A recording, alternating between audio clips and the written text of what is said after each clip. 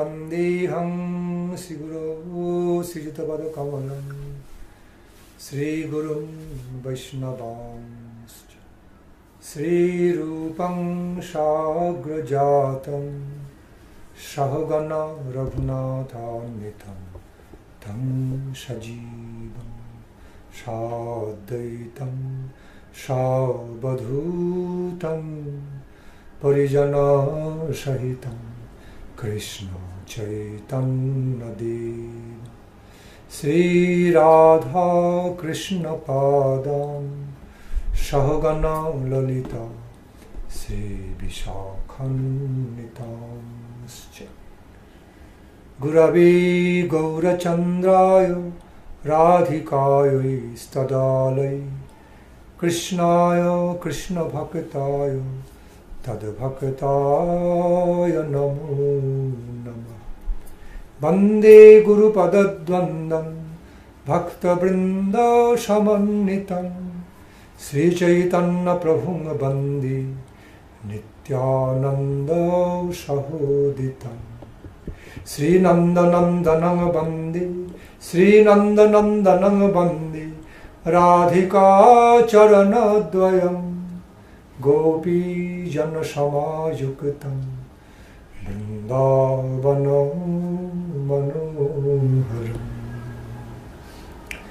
Jaya Sri Krishna Chaitanya Prabhu Nityananda Sri Advaita Sri Gadadhara Sri Vasadi Gaura Bhakta Vrinda Hare Krishna Krishna Krishna Hare Hare Hare Rama Rama Rama Hare Hare Krishna Krishna Krishna Hare Hare Hare Rama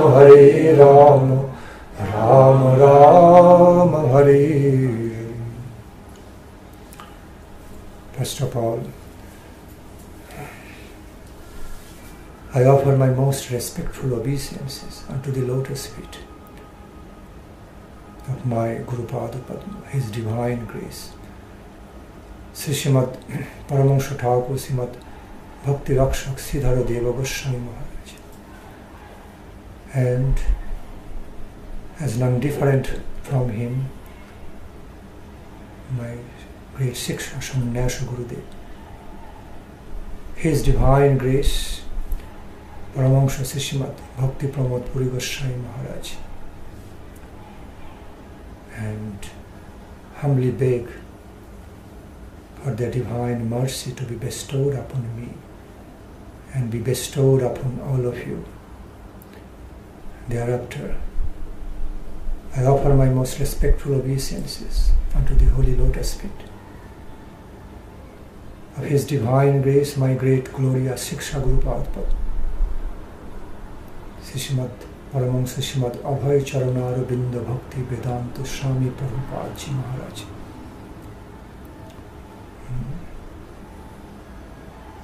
And also offer my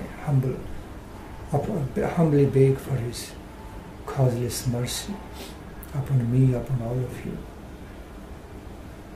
As next, offer my most humble prostrated obeisance unto the holy lotus feet of His Divine Grace Param Guru Pad Padma, Paramahansa Thakur Sri Srimad Bhakti Siddhanta Saraswati Goswami Prabhupada. I humbly pray for His causeless divine mercy to be bestowed upon me and upon all of you. All glories to all the Guru Varga and their divine mercy, mercifulness. All glories to Srila Bhakti Vedanta, Abhay Charanaravinda Bhakti Vedanta Swami Prabhupada, Saparsha Jagadguru, Bhakti Siddhanta, Saraswati Goswami Thakur Prabhupada. All glories to all the Guru Varga Vaishnava Vrinda.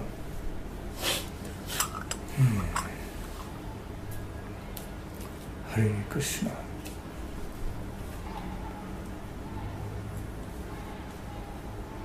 Hare Krishna. I know they are the disciples of many gurus, so I offer my respectful pranam to all the gurus of you all assembled here. Okay, my Vaishnava pranam to all acharyas, Vaishnava acharyas. The bandhana I did covers all the three bandhanas, the very nature and character of the three bandhanas I sang. Bandeham, Guravi Gaurachanda, and Bande Guru Padadanda includes all Mahaprabhu, Radha, Krishna, and all associates, all Guru Varga. Hare Krishna.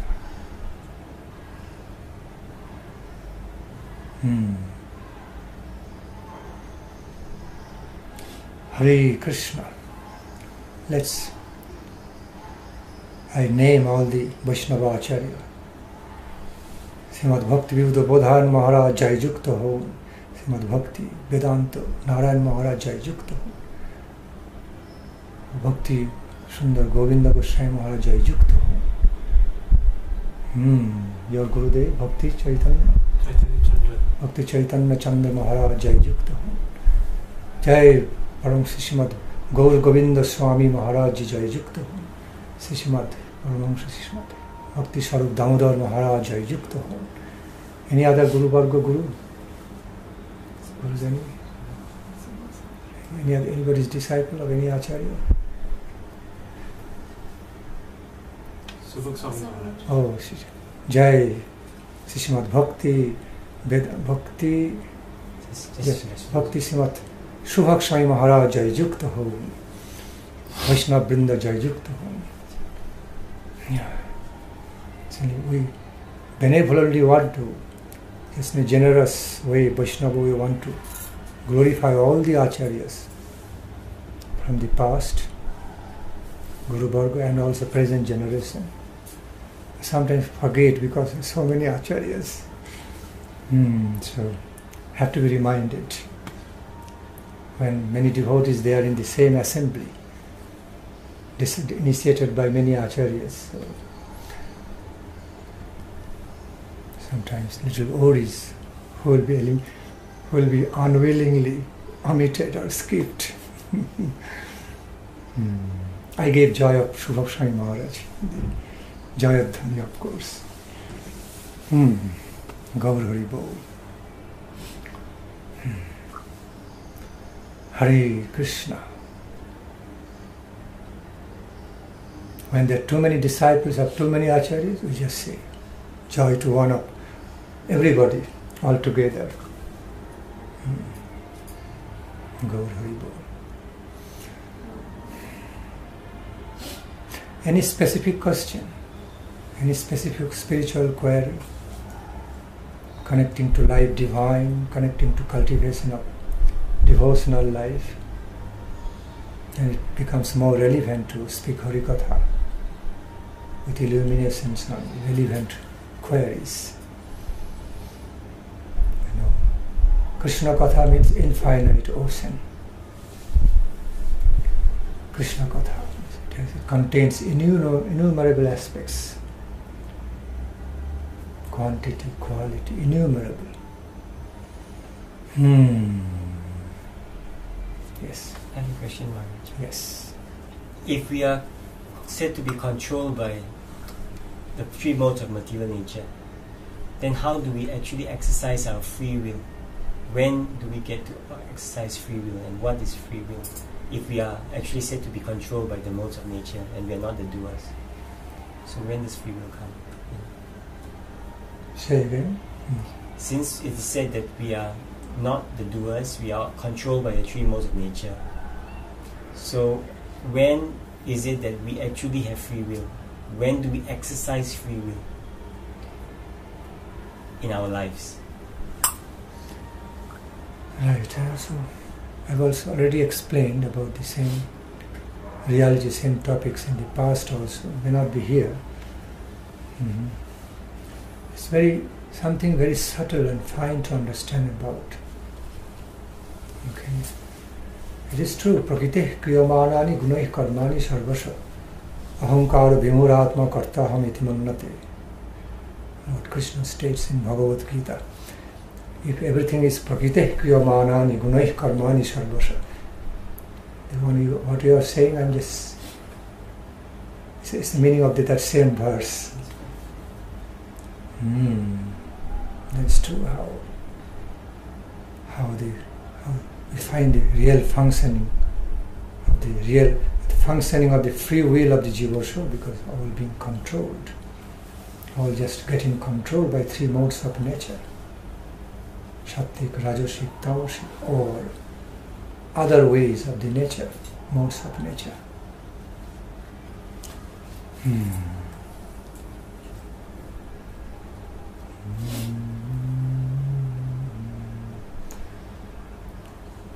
It has to be understood in the lights of the principle of marginal nature of the activities, marginal nature of the laws, systems, which is working between Supreme Lord, Supreme God, His potencies, and the Supreme God and Jiva souls, Jiva Shakti, Jiva potency, Tarasha Shakti, and this nature, universe.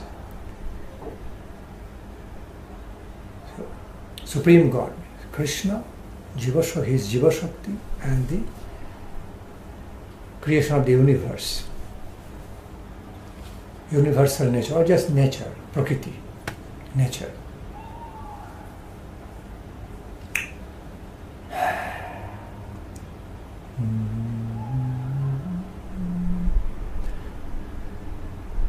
So, from certain standards, levels of view, relative views, and also absolute view,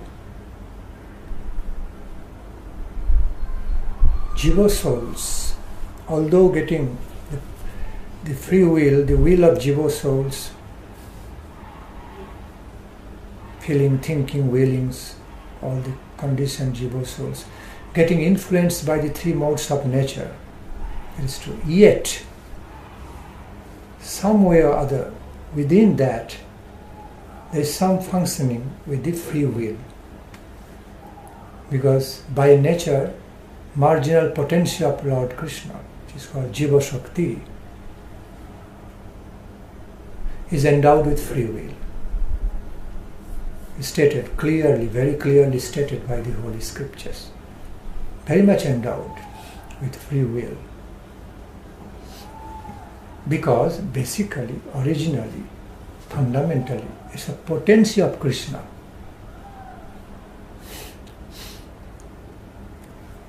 Manifested in so many innumerable quantity and qualities in the form of Jiva Shakti. So since fundamentally or basically, none other than the potency of Krishna, Jiva souls are just parts and parcel of a whole stream of potency of Krishna. So potency of Krishna cannot be controlled by any Maya, because three modes are under Maya Shakti. Three modes of the nature considered more or less under Maya Shakti. Sattva, Raja, Tamo, Guns, all under Maya. Krishna's illusory energy or Maya Shakti, Bahiranga Shakti. So, being, originally, fundamentally being one complete stream of potency, infinite potency of Krishna's Jiva Shakti, it cannot be controlled by another Shakti, Maya Shakti. So, there has to be freedom, independence. Has to be. And there is, therefore, it is, Krishna's Jiva Shakti is of independent character. In other words, the nature of Krishna's Jiva Shakti is independent of the influence and control of Maya Shakti, Bahiranga Shakti. Therefore, what means being that of independent nature? What independence means? In other words, it means it has freedom. It has some character of freedom. Independent. Character of independence. So, being, person, parcels. I repeat, being the person, parcels of Krishna's Tatastha Shakti. Each and every jiva, although conditioned, still having some function of free will, endowed with free will. Because having free will, some character of freedom, independence, is there in the very nature of Krishna Shakti. It is Krishna's potency. Not to be controlled, not meant to be controlled by Maya Shakti. That's why being a person parcel of that same potency, infinitesimal part of the same potency, Jiva Shakti also inherits that quality, that qualification of independence, free will.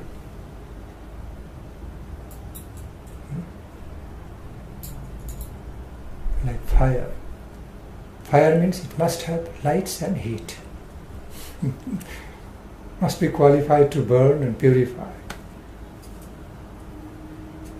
So, Krishna Shakti means, so, anything connected, anything coming out of a particular stream of Krishna Shakti must be inheriting similar qualities by certain quality and quantity, quantity and quality. I am explaining the same thing in different ways for thorough analysis, thorough clarification. So now, how it works, that's the main point. How sometimes a bit inexplicably, mysteriously, how both ways work. Being controlled, ways of being controlled by three modes of nature. Free will of Jiva Shakti being controlled by three modes of nature, and at the same time not being controlled. Not being totally controlled. That's the way I should put. It means being controlled to some extent, to a great extent, according to the nature of the karma of that a particular conditioned jiva soul, collective and individual and collective nature of karma. Mind it. Individual karma and collective nature of karma. Sometimes we suffer, we take many things from the society, but we are not directly responsible involved. But still we have to take it because of collective karma through action and reaction. So how much a conditioned jiva soul, how much a jiva soul or some jiva souls will get conditioned in a certain way or certain ways, okay, and which way, which type of conditionings, all depending on finally some individual and collective karmas, karmic actions and reactions, and also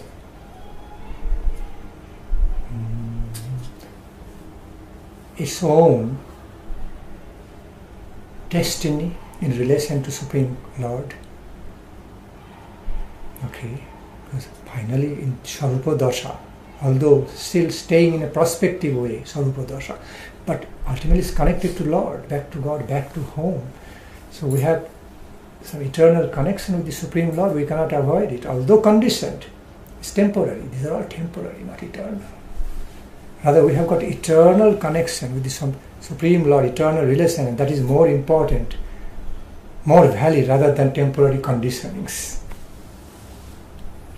Temporary, or sometimes it's said, oh, anadi conditioning. But it's spoken in a relative sense, anadi. But compared to our nature of relationship with Krishna, it is compared to a permanent, more permanent nature of eternal relation with Krishna, all these conditionings are temporary. Although it is sometimes stated, oh, it has started, conditioning of jiva soul started from the time immemorial, without beginning, without end, but relatively spoken. But the nature of our eternal relation, permanent relationship with Lord Krishna, Krishna Radhika Mahaprabhu, on the Swarupa level, which is very intrinsic, our Atma, Paramatma, related with Atma, Paramatma, is more important rather than a conditioned definition of the jiva souls. Because that is so great, that is transcendental, that is so great, glorious. After all, it is our relationship with our beloved Lord. It has to be powerful. It has to overpower. At some point, overpower everything, over all this mundane power. Mundane power energy cannot overpower that, ultimately.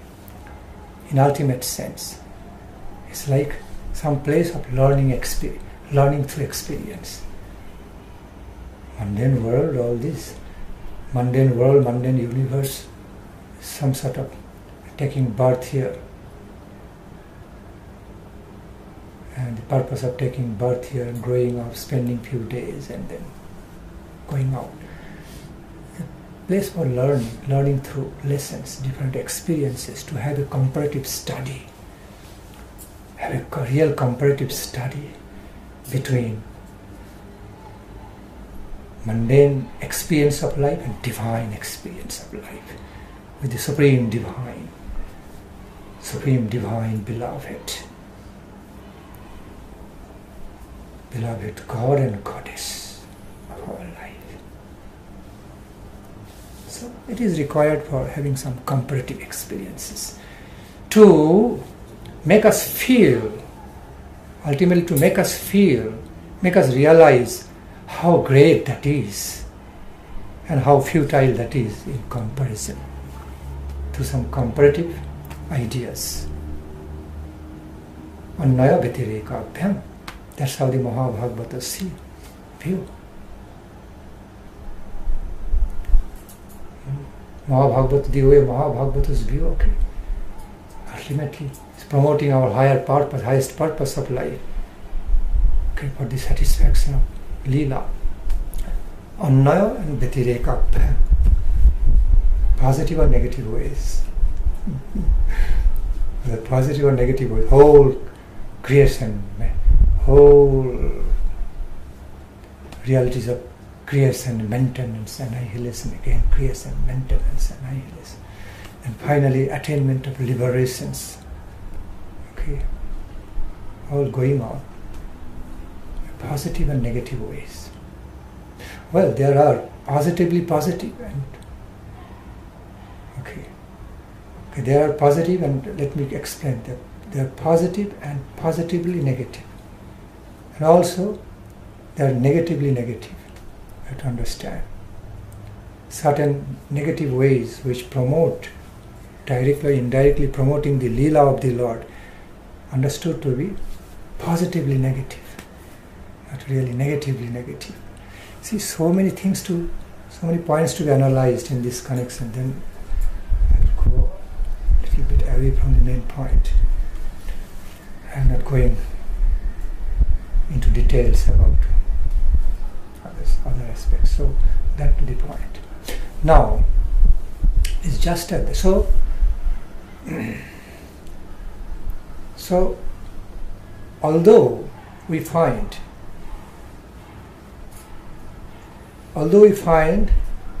the conditionings in all the conditioned jiva souls. Conditionings mean, in other words, being controlled by other conditions. Similar way, it's a synonymous way of speaking. Jiva soul's condition, Jiva soul's being controlled. So although the nature of Jiva soul on this mundane plane is full of conditioning, different types of conditionings, means being controlled by three modes of nature and its own karma, action and reaction of the karma. Not just only three modes of nature, they are all intertwined, they work together in some sort of understanding and system. Not always easy to analyze how, bit complicated how the three modes of nature and the individual and collective karmic actions and reactions, and how the Jiva soul is vulnerable to that, and all these things going on together like complicated internet system. So we cannot always explain it, but it's all happening, arranged by supreme law, combined laws, okay, different combined laws in our life, okay, this plane of mundane existence, all happening like internet system, sophisticated, complicated, sophisticated, but reality.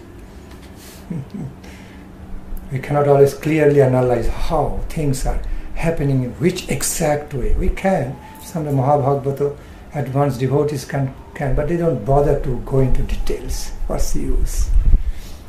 All being taken care of by natural, higher natural laws of karma, three modes of nature, destiny, finally destiny, prospective nature of our Sarupa. Although sleeping, but still it is there in a prospective way. As soon as we wake up, we attain that. Everything is there. Everything is there for us. Like we are dreaming, in dreaming we are seeing so many things. But as soon as we wake up from the dream, whole wakeful state of life is there. No, in the dream state. That's like our Sarupa Avastha. So back to the point.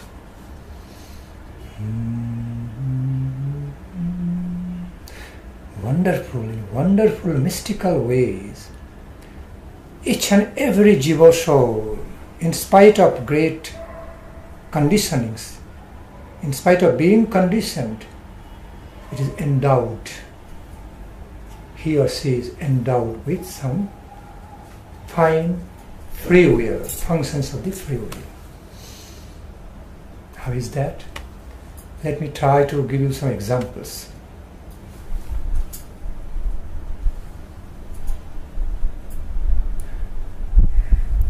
Like a baby, like a small child, like a baby crawling on the ground.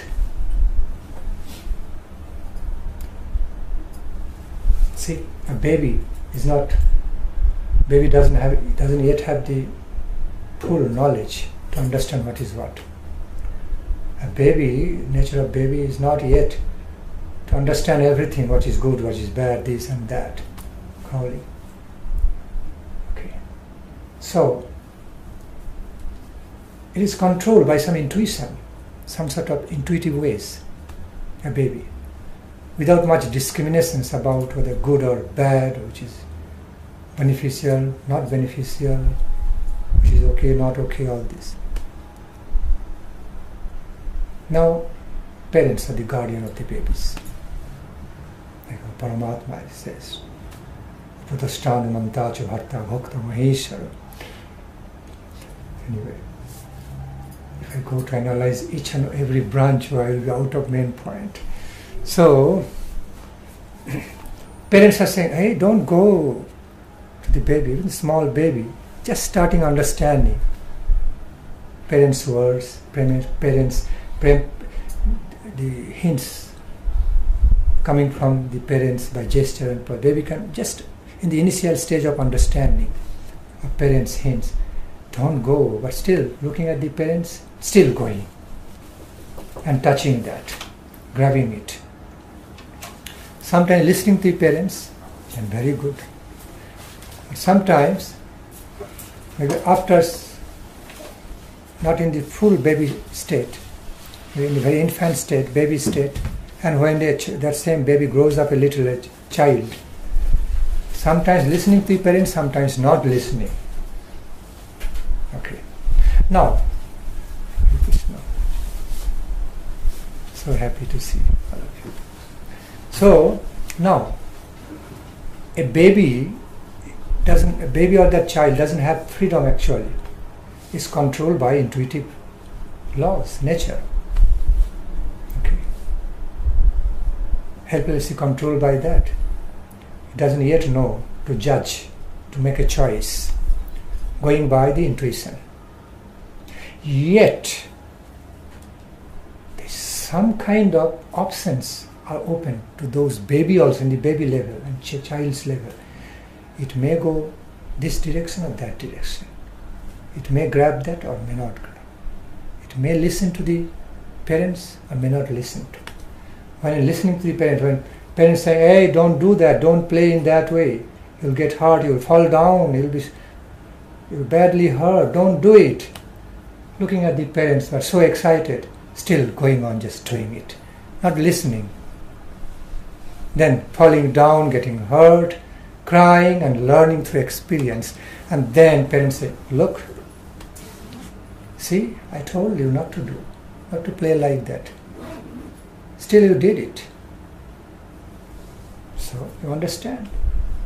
You're not supposed to do. No, baby understands. But now, what I'm saying, the child still has some function of free will. Because of that function of the free will, not listening to the parents. Although parents, the child knows parents love him, love her. Some part of the child at the same time simultaneously saying inside, maybe I should listen to my parents, listen to my mom or dad. Other part so excited, not caring, just not listening and learning through lesson. So now, what is this? Control is there, conditioning is there in that child we find. What kind of conditioning? In one way, in one version, through one version, one definition, you can call it conditioning or child being controlled by some intuitive nature. Okay, cannot control himself, listening, cannot, although understanding what parents say for my good, it has got some understanding, but yet helplessly going on to do something which he should not do. Being controlled by some attraction, some laws of nature, condition. Okay, you can say that way. While listening to the parents, that's also some kind of control, you can view that way.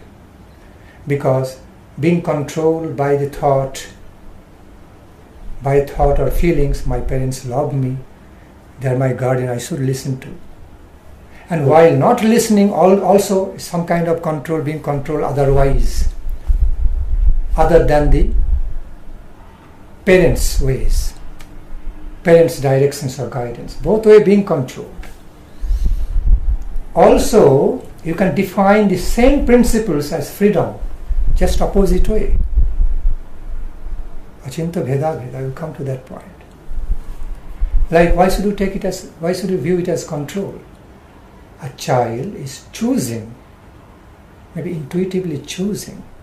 It has got options, it is a living being. So I can define the same principle simultaneous as control as also application of free will. While child is, whether right or wrong ways, child is making a choice against the will of the parents. Parents saying, don't do it, prohibiting. Still, child is not listening to the parents and choosing to do something in a different way against parents' guidance, direction. So, it is being controlled in one way, in one sense. Cannot control a child because attracted by some material energy of certain play, certain kind of energy in certain type of play or things, so attracted to being controlled. At the same time, the child also choosing it, choosing to do it. Choosing to do it. deciding to do it by its own intuition, intuitive way. So intuitive way means it has got certain feeling, thinking, willing. Feeling, thinking, with the nature of feeling, thinking, willing cannot be only conditioned and conditioned helplessly, control and control. Very mystically, finely, very mystically, wonderfully, mystically, mysteriously, wonderfully, like way, like marginal concept of a line. Functions of being controlled and functions of making a choice. I repeat, functions of getting control and functions of making choice, getting together. So fine line, the fine unification, fine marginal line, finest marginal line between these two, like between these two principles united together, being unified together, very difficult to analyze, but it's reality, like margin, like marginal principle. Margin is the reality, isn't it? Margin is the concept of a margin, marginal line, is a great reality. We cannot deny it. And the definition, the very definition, the very character of a marginal line, marginal existence, if that of both sides, combining both sides, both aspects, at the same time, it's not. It has got nothing to do with any of them. Both happening simultaneously. That's what is margin. If we see a margin is influenced by both sides, if we just only view margin in one way, it is very much influenced, characterized by both sides, otherwise it cannot exist. Then we actually deny its marginal existence, because it's only the character of both sides only, what is margin. But when we explain margin, accept the independent marginal entity, in spite of the influences of the both sides, control of the both sides, is a unification, then that's also great reality we accept. So we have to accept both the great aspects of the reality of the marginal line, that it is the combination of both aspects coming together, being unified. So through unification is the combination of the both aspects. In other words, it is very much characterized, it is having the characteristics, influences of the both sides through unification. At the same time, it has got something in it which is independent of both sides. That's why it becomes the margin. And neither this nor that. Something is there in between, neutral, like zero.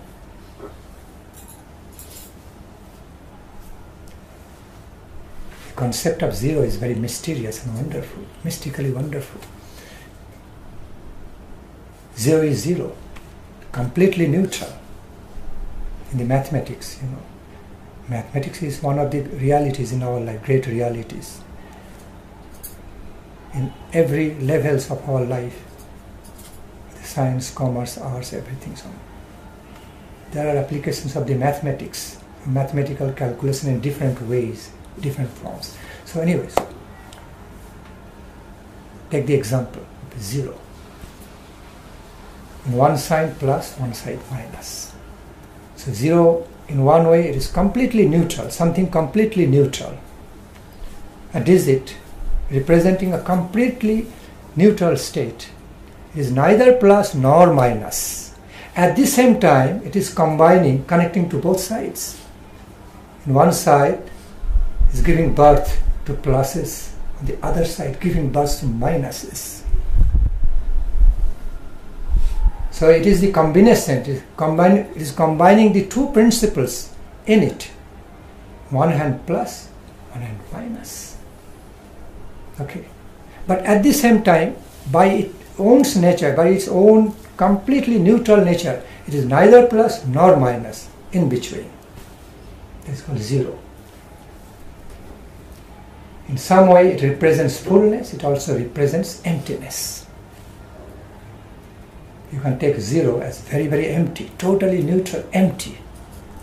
Sign of emptiness. That's what we call zero. On the other hand, it's not really zero. I mean, it's not really empty. It's not zero with the only concept of emptiness. Also it represents fullness. Can be a full circle. We can take it, same symbol, as like full sphere, like circle, full circle. Full of so many things, circle. But same thing, same figure is written as like nothing, emptiness. Mystical.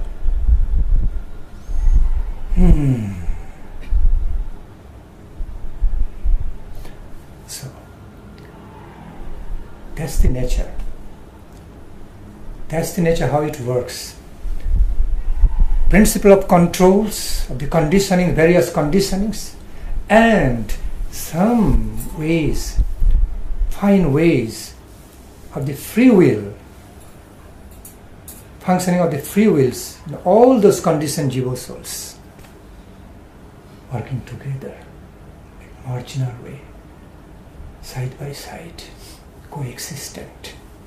How it happens, how it's taking, how it all taking place, how it all happening, is very, very fine to understand, very sophisticated and subtle to understand in a separate way from each other. We know both are happening at the same time, together,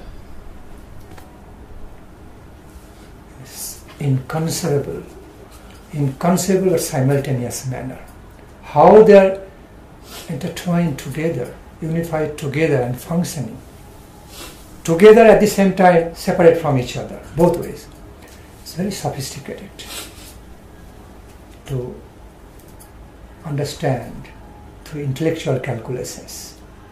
There are so many, not just so many, there are vast realities, endless realities in our life, in our, around us, within us, without us, which cannot be fully comprehended. Impossible. Either too fine or too big. Either honor or neon, smaller than the smallest, finer than the finest. Too fine or too big, greater than the greatest. How can you comprehend? We cannot completely comprehend. We can only comprehend partially, according to our range of ability, according to our range of understanding, range of the ability of understanding. That much we understand. Neither below that level nor beyond that. Everywhere is that, like that. We don't hear. We cannot hear ultrasonic sound. Cannot hear. Neither we can hear ultrasonic sound nor subsonic sound. I say. We neither hear subsonic sound nor ultrasonic sound. We can only hear in between, as our ear is able to hear. We cannot see too much light, cannot see anything in too much light or low light. Our low light or darkness means sufficient light to so many other animals and creatures. All relative. Okay. So the ability of the perceptions of different beings are differing from each other. Ability capabilities, range of the abilities of the perceptions of human beings or that of animals or other creatures, they're all different from each other, all relative. Which is darkness to us, sufficient light to so many other animals. Which we cannot hear, other animals can hear. That frequency of the sound can be heard by other animals. Or we can understand them through mechanical way, through machinery. Mechanical science, we can detect them, understand them. See, so many examples when something is very close to our eyes, cannot see. It's too far, cannot see. Only so each and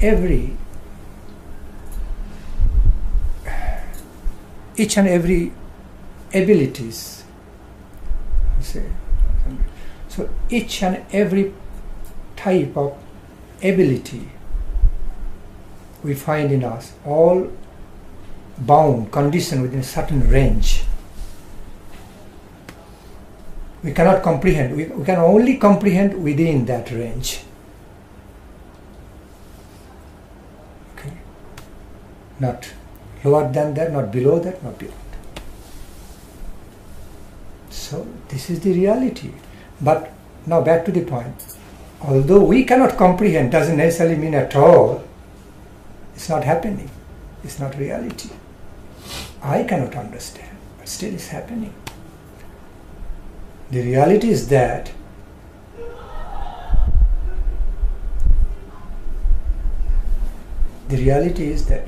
we cannot understand. Doesn't mean they are not happening. They are not realistic. They are really happening. I cannot comprehend. Why I am saying this? Back to the point. How the combination, unifications of Jiva's free will and conditioning, modes of conditioning, or should I call it modes of free will, both are working side by side, intertwined way, unified way, through margin, to certain marginal aspects. We cannot properly understand through intellectual calculation, but still is happening. Therefore, again and again, such questions coming up. Such questions, fine question, what we have just presented, very fine, subtle question. Again and again, it's coming up in the mind of the devotees, intelligent devotees. How can it happen? My answer is, it is happening, but we cannot understand. How can it not happen, since it's a reality? Whether or not we understand, doesn't matter. So because we cannot easily understand it, therefore question coming. It doesn't make sense. Two are self-contradictory. Free will and being helplessly controlled, self-contradictory. How can go together? Doesn't make sense. But still it makes sense. Wonderfully mystical, mysterious ways. Just as I have explained. I can quote some other examples, try to give you some example other than child. Of course, main question will come when people make mistake. Also free will is conditioning, and functions of the free will and conditioning both are there. I repeat, when people are making any type of mistake or grave mistake, they are not willingly doing, they don't want to do, but still is happening. What is that? It has very much conditioning in it. In other words, it's very much controlled, conditioned in a certain way to do that mistake, like a fate, destiny type, fate, like happens in the accident or this and that. Although accidents don't happen on its own, caused by mistakes. So, system is also there. It looks wild, but it's not really wild. It also follows some system, but negative. Negative system. Wild system. Chaotic system. Wrongful system. But it follows certain other ways. So, that's the point. So So in that case, the people are doing good and bad, jivas are doing good and bad. And something like they're confused whether good or bad, they don't know, they can't understand. Confused. Doesn't know whether good or evil, whether doing correct or making mistakes. So, in all that we find both functions. State of conditionings, which includes confusion, not proper knowledge whether it's good or bad, the proper or improper, and just getting helplessly, whether helplessly or non-helplessly, controlled by certain conditioning of the surroundings, time, place, situation. Some persons are being controlled by the time, place, situation to do something doesn't want to do. He has no choice. Very much conditioned, totally under control, modes of nature. In other words, modes of nature. At the same time, same people also looking for a way out of the problems. Trying to look for, decide, determined, should I do it or I should not do it? Okay, will it be good if I move this way, or will it be bad? Thinking. Function of feeling, some thinking, feeling, willing is there. Trying to decide and making decision, whether right or wrong. Making a decision, whether right or wrong. Understand? That's the function of free will. Because now making a decision by choice, although sometimes no choice, but within that situation, almost no choice, helpless, still trying to survive. That's how many people survive. That's called survival of the fittest. They can do it. In the same time, place, situation, some are surviving, some are not. How you explain? Under the same time, place, situation. Not that one is enjoying another facility, one is being facilitated separately, another not. Not like that. Under the same time, place, situation, everybody is sharing. Some are surviving, some are not. Some are making right decision, some are not making wrong decision. Although right or wrong, whether right or wrong, survival or non-survival, okay, also depending to a great extent, if not to great extent, to some extent, on the choice being made, on the decision, choice being made.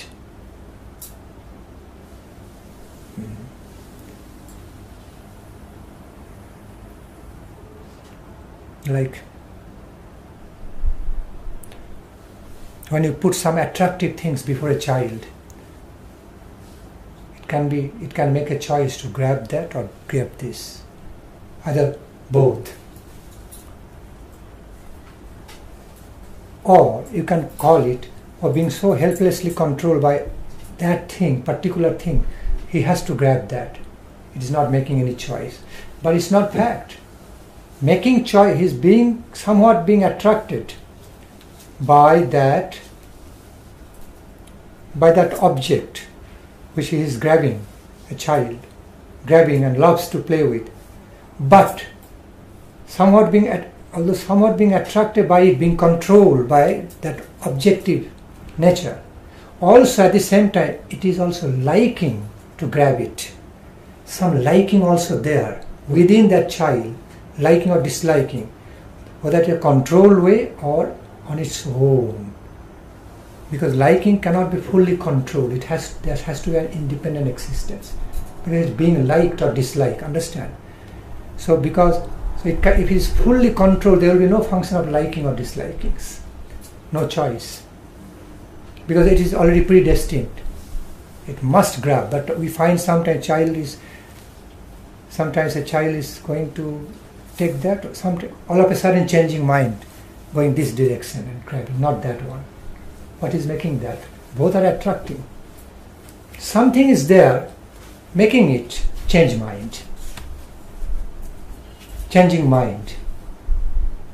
Choosing a different option. So that is more dynamic character.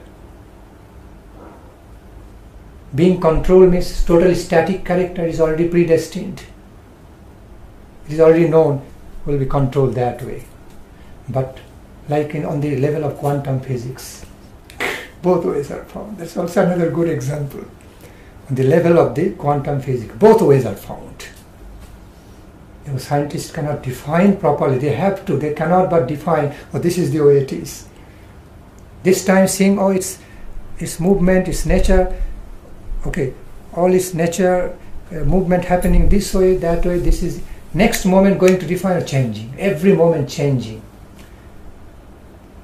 Okay, the ways of the motions, the ways of the movements, even characters are changing. Change taking place in the lap of some principle unchangeable and eternal. That principle is unchangeable, eternal, that every moment changing. Understand what I say? The principle which states, which makes us, the principle which presents itself as that everything is changing at every moment is unchangeable. That principle cannot be changed. That is unchangeable, that everything is changing every moment. Also, the principle, real, unchangeable, eternal principle is there, which is never changed, because it is eternally eternal, absolute sense. I am not talking relative sense. It is eternal and unchangeable, absolute, absolutely. That is eternally eternal, unchangeable and eternal. Unchangeably unchangeable, eternally eternal, unchangeably unchangeable. That is called real Nitya. At the same time, we see, so that is completely Sat, Satchitanandam, Sat, completely eternal and unchangeable. Other than that, other way around, always changing, changing. And that principle of always changing also unchangeable.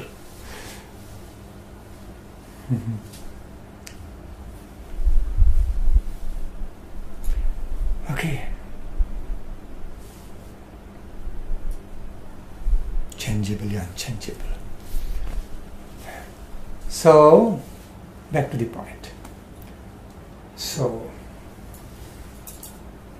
when a person is engaged in doing something, whether good or bad, right or wrong, or doing nothing, neutral, confused, perplexed, or not perplexed at all, just in a state of total equilibrium, doing nothing, inaction, almost not. Completely inaction cannot be, just comparatively, state of inaction. There is some condition, some principles controlling him, influencing that person to make that choice, to be in that state. At the same time, something is there beyond control.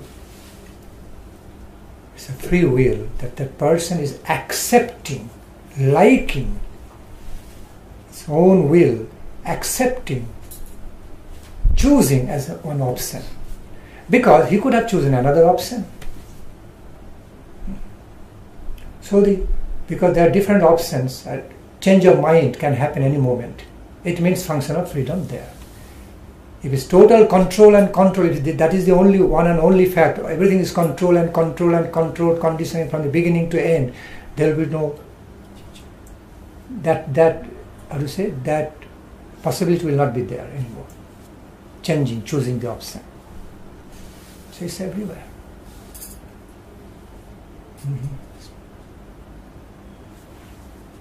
Ant is moving. Give you another example. Some ant is moving. Put some different types of molasses in front of an ant, different types of ant. Tell me which direction it will go. All are attractive. Ant is ant, moving, following its own intuition. It's not so knowledgeable, so wise, sometimes what human beings can claim. becoming so knowledgeable, wise, and make a choice through special considerations. Like animals, like ants, different creatures, they mostly move by their animalistic intuitions, natural intuitions, how freedom works. So you can make experiments. There are some ants are moving, we put different types of molasses, sugarcane molasses, date molasses, sugar, other types. And look how it does. Maybe it's moving this direction to first want to taste that molasses, because it cannot taste each and all the molasses at the same time. So it has to choose either this, that. It's moving this direction, going to certain molasses. All of a sudden may change. Even before approaching that molasses just by smell, because they are controlled by smell, may change another direction to approach another type of molasses, or may not change. First it went there, tasted, and after some time it is coming from that to this, another type of molasses to that, one after another. Or it may so happen it did not go there. It is already satisfied with one type of molasses, so much so it went on, satisfied, and also died. Could be. It may die, that possibility also there. It knows I am going to die, but still cannot control, is a conditioning. But the ants, which is eating, tasting, but coming away, example of free will. Both are there, both possibilities are there, very realistic way at the same time. And we cannot really analyze from the only absolute mind can really analyze and know everything beforehand what's going to happen. We cannot analyze that. Because if we can analyze everything beforehand, then it means it's a static conditioned way. It has to happen this way, that's why we are, how to say? Because it is predestined. All predestined to happen that way. It's a static established reality. Condition, already totally conditioned, so we can just say, okay, this is it. But because it doesn't happen that way, exactly that way, or we never know whether this way or that way. Exactly, options are there. So therefore we cannot exactly decide. We can judge about some possibility, potential. Most probably is going to happen that way, but not exactly complete sense. It is going to happen only that way, not this way. We cannot say that. Function of free will, free choice, options, optional choice coming. So for that end, it may be attracted, or it may choose. I say both ways. It may be controlled by the attraction of the particular type of molasses, either this direction on the left, or on its right, or in front. All are molasses, all are attractive. Okay. So, or ant is moving already in one direction. All of a sudden, before approaching one type of molasses, changing its direction to another. What is that principle? Changing, making it change.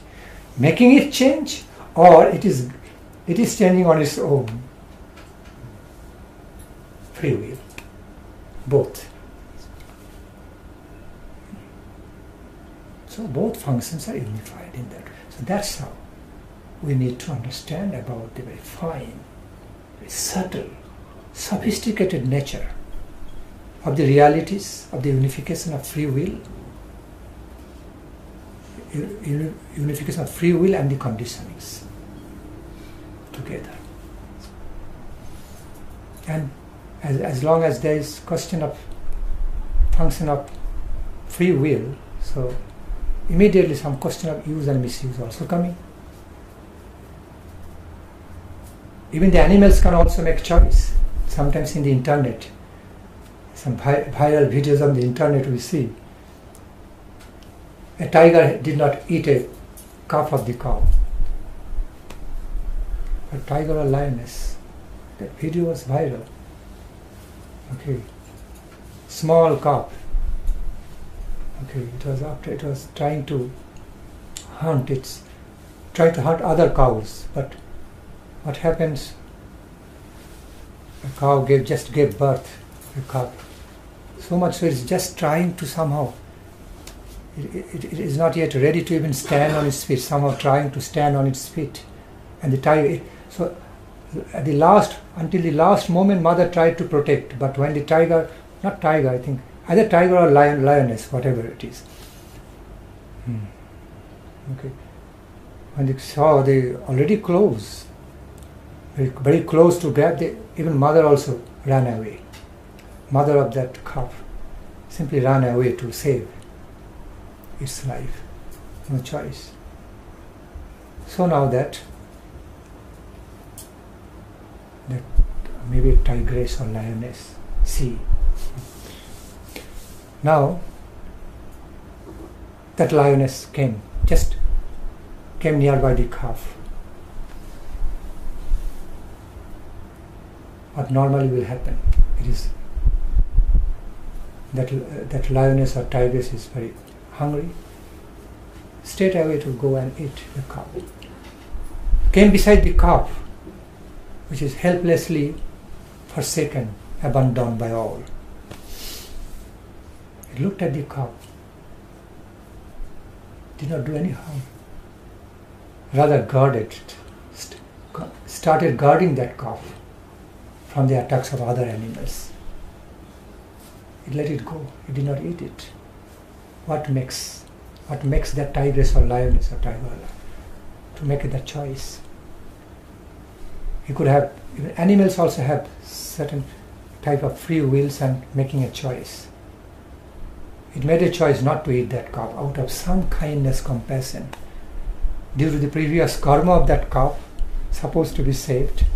Also, might be some previous relationship of the karmic relation between that tigress or lioness and the calf, newborn calf. Or some sort of compassion came in the mind of that lioness or tigress. Something happened. Something happened, something exceptional way, that although it was hungry, it did not eat it.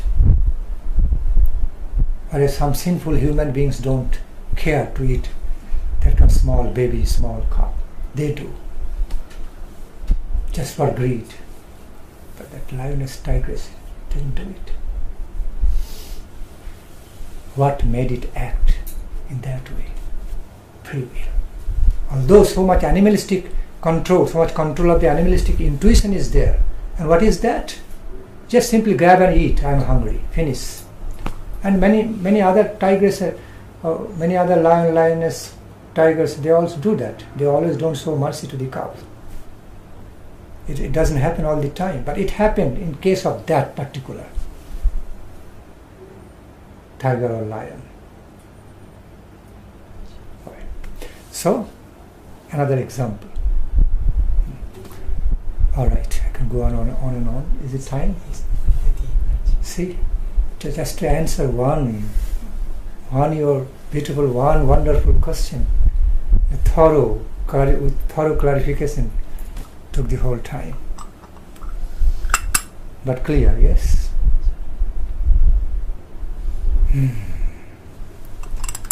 Chant Mahamantra. Yes, sir. Chant Mahamantra and finish.